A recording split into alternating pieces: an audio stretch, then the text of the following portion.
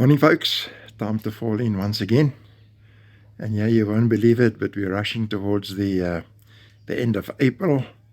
And as the monkey said, throwing the watch off of the krans, time is flying. But I want you to think back to your army or to your police days or wherever you did your basic training.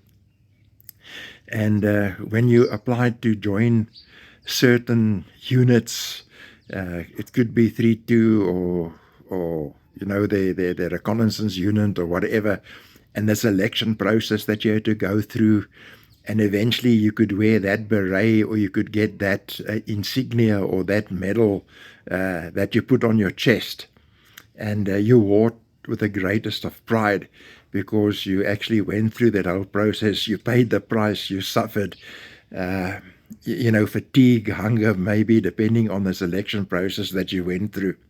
But I want to bring you to something that is even more important to all of that.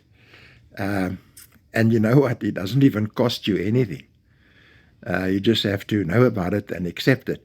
And you'll find that in John 1, chapter 12, where it says there that if we accept the Lord Jesus Christ as our Savior, then we have the right to be called sons and daughters of the King, of the Most High King.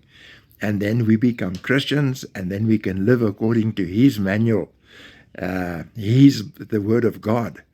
And it doesn't cost you anything. It's a free gift. All you have to do is to accept that. No sweat, no fatigue, no hunger, no fuzzbait, no blisters, nothing of that. So don't you want to go and share this with some people and just say, hey, man, there's something far greater than these other memberships and things like that, and it cost you nothing. But it did cost Him everything.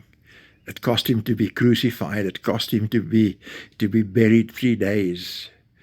And it cost Him to forgive you and me of all of our sins, past, present, and future. Come on, it's something worthy to consider.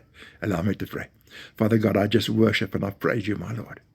Lord, we can walk in triumph, Lord, because of the price that You paid. We honor You, we worship You, and we praise You.